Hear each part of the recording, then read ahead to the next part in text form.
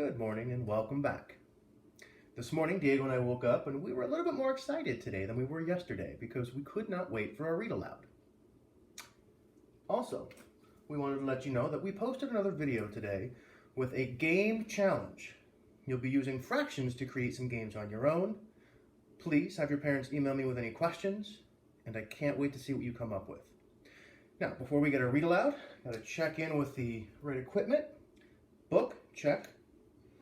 Beverage. Good coffee, and I think I chose the right mug today. I've got another one of Diego's stuffed animals. This is called Grizzle. We picked him up in Yosemite together. And of course, most importantly, Diego. And the blanket that I chose today is actually something very special to me. My mother made this for me a couple of years ago. So, enjoy. Now, today's chapter is called Peter, and it takes place in October. The last couple of read-alouds covered September, and now we're in October. I'd never had something in school excite me before, but the plant unit we did with Mr. T had me fired up. We grew these bean plants from seeds, and once they got big enough, we started doing different tests with them. Variables, Mr. T called them. First, we stuffed the plants in boxes with just a tiny little hole in the side, and we waited to see what plants would do after a few days in the dark. Anna had a meltdown about it. "I don't want to put mine in a box," she cried. Mr. T had to take her out in the hall to calm her down. I was kind of shocked. Usually she doesn't say anything. What a weirdo, I thought. It's no wonder she doesn't have any friends. It's a good thing Danielle was her partner. She's the patient kind. Anyone else would have been fuming. My partner was Lexi, which was fine with me. She let me do what I wanted. Next, we put the plants on the side to see how they would grow. I couldn't believe it. The plants bent and still grew up toward the ceiling. That was pretty cool. But the best part was what we got to do in the end. Mr. T let us feed our plants any concoction we wanted to over the course of a week. There was just one rule. We couldn't use an ingredient that would spoil and stink up the classroom, like milk or something that wasn't good for us to breathe, like gas. There were some pretty wild concoctions. David and Nick used salad dressing because, according to them, plants make salad, so the plant will like salad dressing. Brenda and Heather used orange juice mixed with ketchup and Pepto-Bismol. I don't know what they were thinking. Mine was the best, though.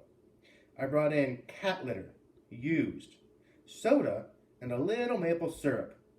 I did my best to mix it together and feed it to my plant. Lexi wasn't real happy about my choice of ingredients.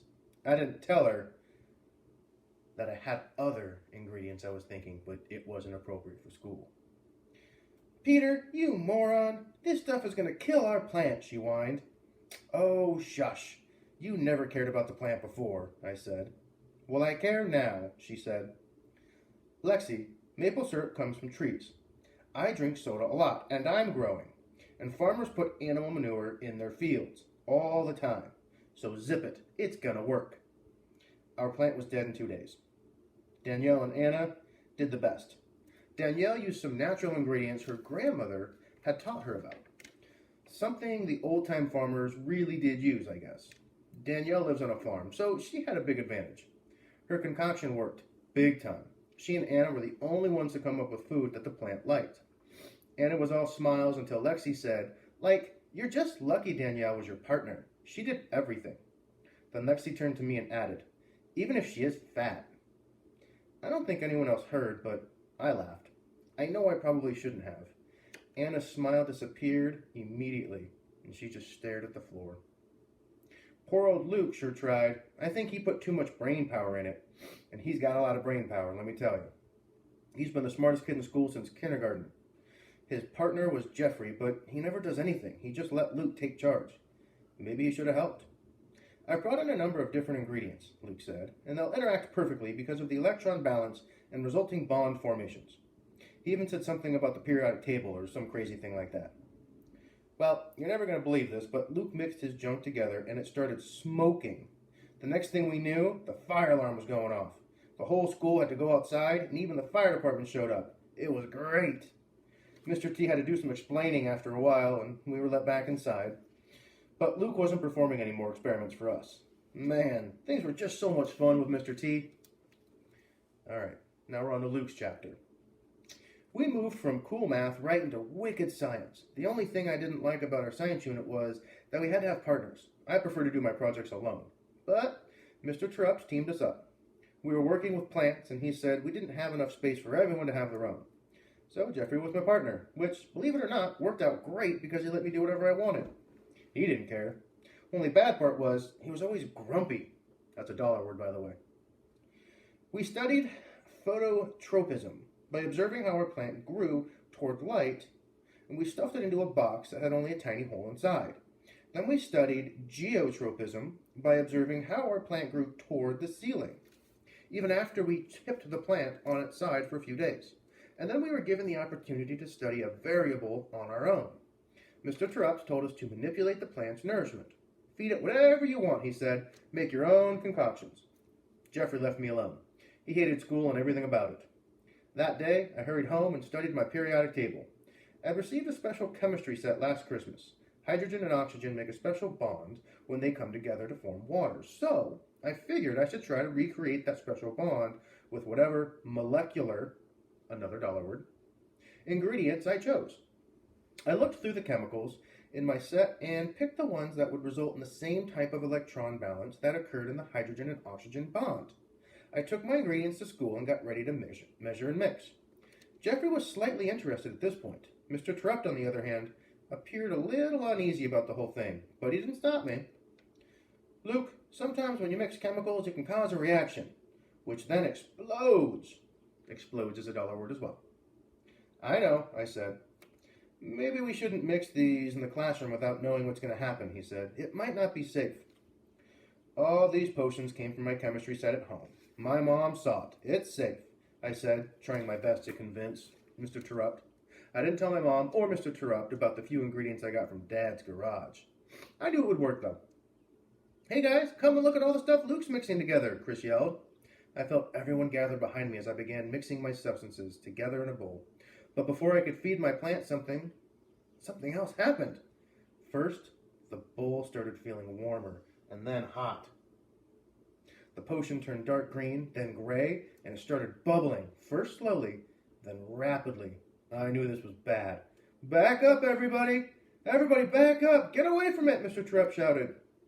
Smoke started billowing from my concoction, then the screech of the fire alarm pounded against my ears. The only other thing I heard was Peter laughing. This is awesome, he yelled. Way to go, Lukester! Outside, everybody! Everybody outside, Mr. Terupt ordered. I was done for. I was sure of it. Wrong again. Mr. Terupt spoke to Mrs. Williams and took the blame for everything. He even stood up to the fire marshal, who always walks through the building after an unannounced fire alarm. The marshal wanted our dollar word posters taken off the hallway walls. He claimed that they were a fire hazard. Jeffrey thought this confrontation was kind of a big deal. Did you see Terupt say no to that guy, he said. He refused to take our posters down. I saw, I said, and I saw flashbacks of smoke pouring out of the bowl. I knew I wasn't ever going to be a botanist. Botanist is a dollar word. At least Jeffrey had gotten excited about something. I wish Mr. Terupt hadn't trusted me so much. Maybe it was because this was his first year teaching. He didn't know any better, but I don't think that was it. I think it was a case of Mr. Terupt being a special teacher. All right, Jeffrey's chapter. Luke was trying to feed our plant. I saw the smoke rising. I knew what was going to happen. Terupt did too, because I saw him go to the window right away, but not fast enough. The alarm still went off. The whole school had to go outside because of Luke. When we came back in, some guy was walking down the hall with our janitors, Mr. Lumas and Mr. Ruddy. Terupt sent us into the classroom, but he stayed in the hall. I hid by the door to listen. All of it? The man yelled. I want all of it off the walls. He was pointing to the math posters. Mr. Loomis looked at Terupt. You heard him, he said. I'm not taking them down, said Terupt.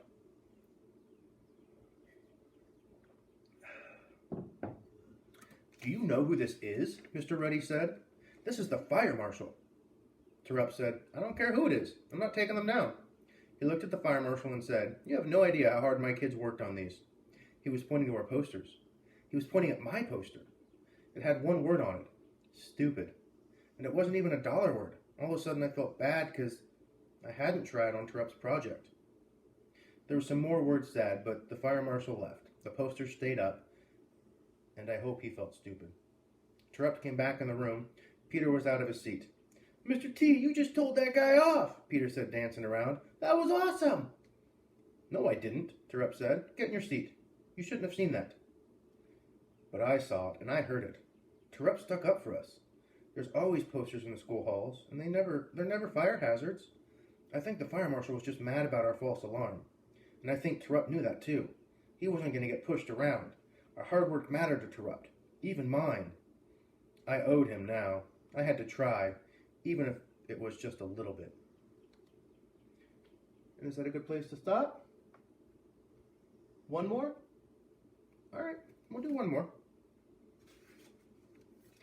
This chapter is called Anna. I didn't want my plant to die.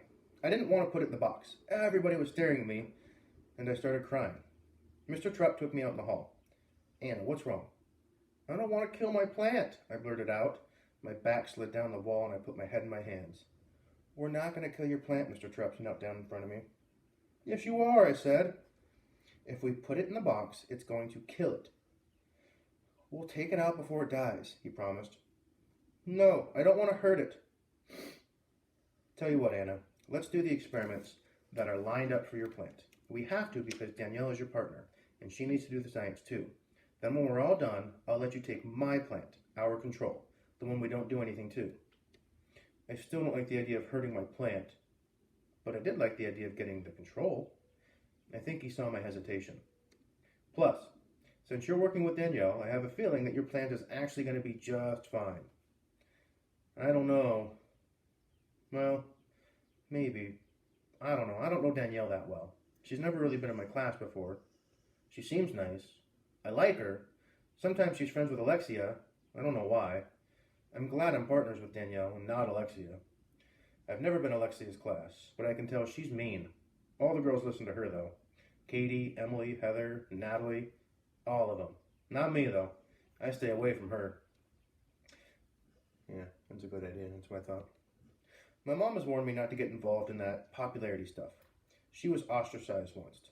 That means nobody wanted to be friends with her. My mom told me it was like there was a big group of people holding hands in a circle, and she was never let in. She always had to stand outside the circle. Mom doesn't ever want that to happen to me. It was when she was 16, and she was pregnant with me at the time, and I can tell that it still hurts her. Even her own parents shunned her. That's why she quit school shortly after I was born and moved out. She tried to move in with my dad, which I've never met, but that didn't work out. He left. Mom says we can talk about my dad, and the whole situation when I'm older. All I know is that she says he's a nice man. My grandma and grandpa, never met them either, still don't want anything to do with us. They moved far away after my mom moved out. My mom might be young, but she's still a great mom. She's my best friend, and I love her. If you love someone, you don't quit on them just because they make a mistake. Mr. Terupt helped me stand up. "Trust me on this one," he said. "Be positive." We headed back into the classroom. My plant went into the box and came out a few days later. A little yellow and without really a lot of growth, but it was alive. Turning it on its side wasn't harmful, so I was okay with that test. And then it was our chance to feed it with whatever we wanted. Mr. Terupt was right. Danielle knew what she was doing. "Here's a list of things we can mix together," Danielle said. I read the list. I didn't know everything on it. How did she? "My grandmother helped me with it," she said. "She's always been good at growing things. She's the reason we have success crops on the farm." Both of us brought in some of the ingredients. We mixed them together and fed our plant. Ours was the only one to survive. It turned really green and grew and grew and grew. I took the control home, but Danielle and I decided to leave our plant at school. We kept feeding it and everyone watched it grow. It grew almost to the ceiling, wrapping itself around the cord of the blinds all the way up. And then one day, it was knocked over. Somehow our super duper plant fell off the windowsill. Nobody knows how it happened. And I have a pretty good idea, though.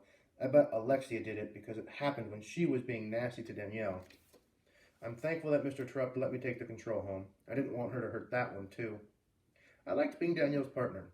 I wonder now if Mr. Terupt knew that he was starting, or what he was starting between me and Danielle. I wonder. All right, I think that's a really good place to stop.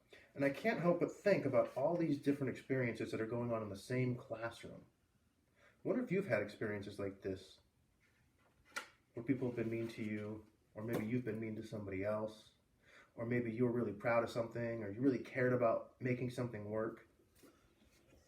Either way, I hope you're enjoying the story. Till next time.